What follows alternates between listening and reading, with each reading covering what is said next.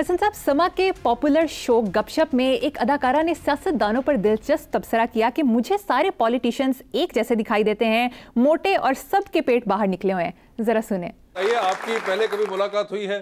नहीं, बिल्कुल नहीं। बिल्कुल नहीं हो सकी। और इससे पहले वैसे कभी पॉलिटिशियन से मिली हैं आप? हाँ, एक बार आप ही के शो पे आई थी। हम ही मिलाते हैं हमेशा। जी, उन्हीं के साथ हुई थी मेरी मुलाकात। उन्हीं के साथ हुई थी। वो तो आखिरी मुलाकात थी। आखिरी मुलाकात। वैसे ही लग रहे हैं जैसे वो वाले थे या ये कोई डिफरेंट है? मुझे तो सब सेम ही लगते हैं, सब पॉलिटिशियन। सेम क्या होते हैं वैसे? क्या आपके जहन में खाका क्या है? सब मोटे होते हैं, उनके पेट बाहर निकले होते हैं। और ये आपको वही वाले लग रहे हैं? वही तासर जाहिर करने के लिए कम किया है। मगर नहीं, आपको हाँ, ये भी वही लग रहा है। ये बेचारे कहाँ से, मैं तो कह रहा हूँ उनका वजन इतना गिर गया है। क्योंकि मैंने पहले इन्हें नहीं देखा था। हाँ, मगर बड़ा इनका like he was lot into इनके बड़े। नहीं, पॉलिटिशियन का ये भी होता है कि इनका जो वार्डरोब होता है ना, सबके सेम होते हैं, वो उसी तरह पहनना। वो तो आप क्या चाहती हैं कि क्या ये बर्मुडा शॉर्ट्स के अंदर आ जाए?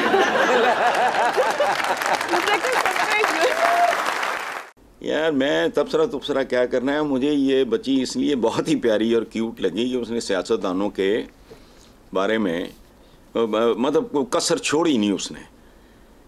लेकिन मैं तो कब्र किनारे पहुंच गया ये लिखते लिखते बोलते बोलते कि इनके 3-3 मरले के मुंह।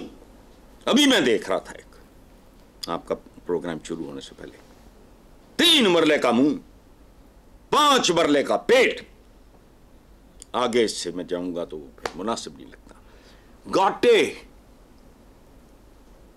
वो कुछ भी नहीं, पेट पूट निकले होते हैं, ऊपर होता कुछ नहीं, अंदर भरा होता है सारा कुछ, इधर से खाली खोपड़ियां। अच्छा, एक बात है, इस बच्ची ने जो बात की है वो प्रोग्राम में, पता नहीं इन लोगों को शऊर नहीं होता कि एक ऐसी जनरेशन अब आगे आ रही है जो टेक ओवर कर रही है, कोई बेहतरी होती है नहीं। मैं उसकी वजह है कि इनको मुमकिन है इनसे भी ज़्यादा गंदे लोग रिप्लेस करें। जब तक कोई साइंटिफिक ऑर्गेनाइज्ड डिसिप्लिन तरीके से मैक्रो लेवल और फिर माइक्रो लेवल पे प्लान बन के इस मुल्क को बिल्कुल non stop for x number of years, नहीं तो जो मर्जी कर लो। इस बच्ची की मासूमियत, वो क्या कहते हैं, वो बिल्कुल बड़ी स्पॉन्टेनियस थी, बरजस्तगी थी, सादगी थी। जो उसने कहा उसने बयान कर दिया। और वो साथ जो वासे चौधरी है, मैं तो नहीं जानता हूँ उस शरारती का फिर बीच में तड़का अपना ज़बरदस्त। ठीक है, वेरी गुड। हसन साहब, अब एक अच्छी खबर, पाक फौज में पहली मसीही खातून ब्रिगेडियर बन गई हैं। ISPR की न्यूज़ रिलीज के मुताबिक colonel doctor Helen Mary Robert Pak फौज में मेरिट और कौमी नुमाइंदगी की एक और जिंदा मिसाल हैं। 26 साल से मेडिकल कोर में बतौर पैथोलॉजिस्ट काम कर रही हैं। मुझे तो इसमें कोई खबर नजर नहीं आई। थिंकिंग इन टर्म्स ऑफ मुसलमान और हिंदू और मसीही, no, Pakistani is the Pakistani, खत्म। मुझे तो इसमें कोई अचंभे वाली बात नहीं, बिल्कुल कोई नहीं। अफराद का मुल्क के साथ उसका मजहब वो अपनी जगह पे खूबसूरत बात है, अच्छी बात है, लेकिन इसमें मुझे कोई इसमें कोई खबरियत नहीं है। बहुत अच्छी बात। हमारी तो एक जनरल के ओहदे तक भी पहुंची हैं खातून, वो मुसलमान थी, लेकिन ये तो कोई बात नहीं। मैं आई एम सॉरी, मुझे नहीं इस बात की कोई, मैं अखबारों में ये अजीब तरह का एक लगता है पहली मसीही खातूनियों पे, क्या वही बात पाकिस्तानी है? Is it that enough?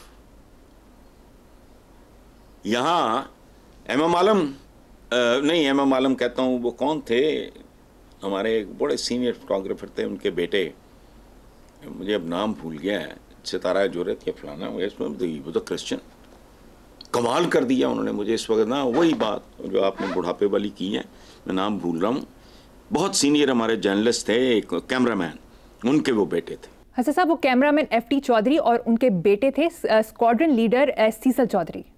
ठीक है, आगे चलें। हसन साहब, गुज़िश्ता दिनों ईरानी सदर इब्राहिम रईसी की शहादत के बाद उनका ज़ाती घर आम आवाम की तवज्जो का मरकज़ बना रहा। सोशल मीडिया पर तस्वीर भी आपने देखी होगी। 45 गज के इस आम से घर को देखकर आपको क्या ख्याल आया है? शर्म भी आई है, रोना भी आया है, गुस्सा भी आया है, ब्लड प्रेशर भी चढ़ा है। इनके देखो ताजमहल, हालांकि इनकी औकात देखो, बंदे की औकात क्या है। खुद को दफन भी नहीं कर सकता, खुद को आखिरी गुस्ल भी नहीं दे सकता, खुद को आखिरी लिबास भी नहीं पहना सकता। लेकिन बहरहाल छोड़ो, जिन कायदीन के बड़े बड़े घर होते हैं ना, फलाना हाउस टमकाना हाउस, वो फिर बाकियों के घर वीरान हो जाते हैं।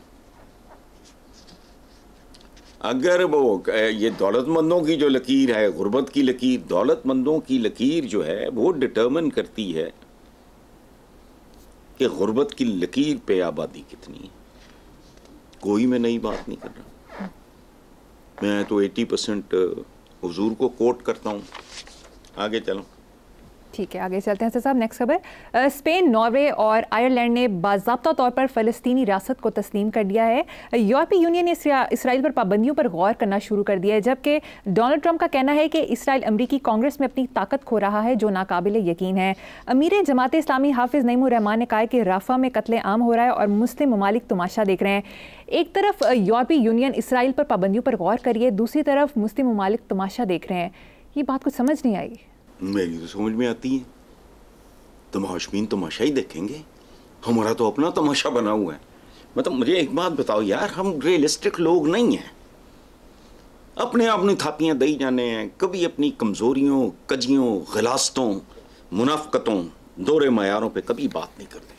पूरी दुनिया में सर्टिफिकेट देते, बेरहरवी का शिकार है तो फलां है तो टमका है, उनके हालात देख सामने रख के चांद देखते हैं, चांद देखने तो भी पैसे लगते हैं, चंदा तोरी चांदनी में जिया। अच्छा भाई, ये मुस्लिम ममालिक तमाशा देखने के अलावा कर क्या सकते हैं, मुझे ये बता दो। कुड़ रहे हैं, फिलन हो रहे हैं, ये जुलूस निकालेंगे, एहतजाज करेंगे, बस माड़े दा की काम है, दो चार चुपेड़ा खा के फिर दो, बाकी तो सारी अच्छा अजीबो गरीब बात है यार। आप जो मुझे तो बहुत अच्छी तरह समझ आ रही है, आपको समझ नहीं आ रही। तो तमाशा बने हुए हैं और तमाशा देख रहे हैं।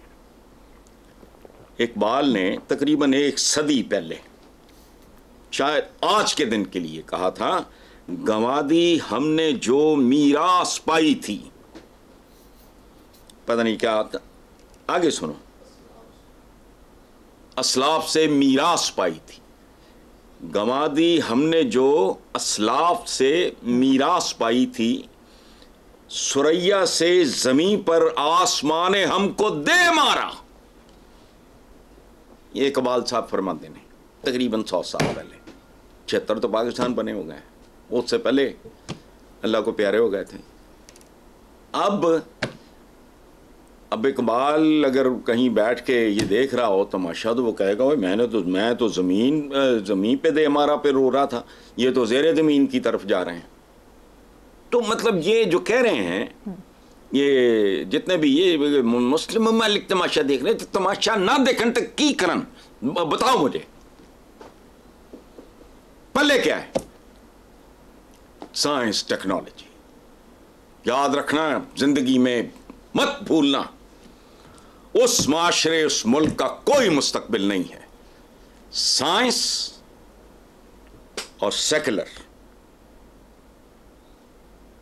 ये 2 चीज़ों का कॉम्बिनेशन जो है, वो तो तुम्हें मरीख और चांद और खला और पता नहीं कहाँ प्लैनेट कॉल्ड अर्थ वहाँ तक ले जाएगा। बाकी तुसी जो 76 साल कमाया है तुहाडे सामने है।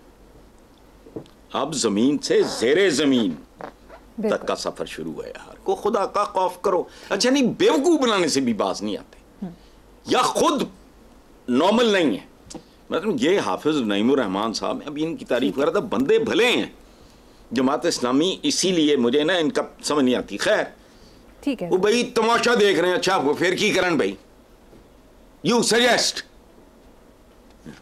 फजूल। जिनकी दुनिया है वो फैसला करेंगे, उनके ज़मीर जिंदा हैं, बस ठीक है, वो आत्मा मार रहे हैं बेचारे, यूरोपीय यूनियन ये वो। जी हसन साहब, वैसे तो प्रोग्राम के आखिर में मैंने आपसे शेयर या काला कॉल सुना था, लेकिन फेसबुक और यूट्यूब पर आपका पंजाबी कलाम देखा, जिसके व्यूअर्स 8 लाख तकरीबन 8 लाख हो चुके हैं। आप पंजाबी में भी शायरी करते हैं, मालूम नहीं था, इसके बारे में तो ज़रा बताएं, बल्कि अता करें। नहीं, अच्छा नहीं, मैं अता तू क्या करना है, खैर हमने ये एक बात सुन लो, मैंने सुल्ताना डाकू एक बड़ी पॉपुलर अपने वक्त की फिल्म थी, उसमें मूवी एक सुधीर साहब थे और नीलो बेगम थी, सुल्ताना डाकू, उसके गीत मैंने लिखे, नूरजहां ने वो गाए थे। तो ऐसा नहीं कि मैं को पंजाबी, लेकिन ये जो बात आप कर रहे हो ना, ये मैं रात को नींद से उठ के मैंने ना बिला वजह, मेरे पास कागज़ भी नहीं था, वेबसाइट पे किताब पढ़ी थी, इसे पढ़ के बता देता हूँ, इस पे ही लिखा हुआ है, ये गाया भी गया, वो नहीं क्लिक हुआ, मैंने तो तहत तो लफ्ज़ में पढ़ा था वो, अल्हम्दुलिल्लाह जो आप कह रहे हो। खैर सुनो, मैं नहीं रहना इत्थे लोको, छड़ जाना संसार, मैं जाना 7 समुद्रों पार, मैं जाना 7 आसमानों पार, ना इत्थे सरकार है लोको, ना कोई दरबार, ना कोई इत्थे भुखा नंगा, ना कोई साहूकार, ना मैं किसे दा दुश्मन लोको, ना मैं किसे दा यार, इत्थे हर एक मंजिल खोटी, रस्ते ना हमवार, मैं नहीं रहना इत्थे लोको, छड़ जाना संसार, मैं जाना 7 समुद्रों पार, मैं जाना 7 आसमानों पार, सारे सब नूं छड़ जांदे ने, कोई ना रिश्तेदार, खुशियां झूठ ते गम भी झूठे, ना कोई फुल ना खार, ना कोई इत्थे तख्त ना तख्ता, ना कोई तख्तादार, ना कोई फुल्लां दी डाली, ना सच्ची तलवार, ना इत्थे कोई चोर ना डाकू, ना कोई चौकीदार, ना कोई आलम ना कोई मुफ्ती, ना कोई फनकार, ना कोई दरिया ना बेड़ी, ना कोई मझधार, ख्वाब दे विच ख्वाब दिखाया मैनू पालन हार, मैं जाना 7 समुद्रों पार। बहुत लंबी है, बस इतनी काफ़ी है। वाह हसन साहब, बहुत खूब, बहुत आला, दिल को छू देने वाली शायरी थी।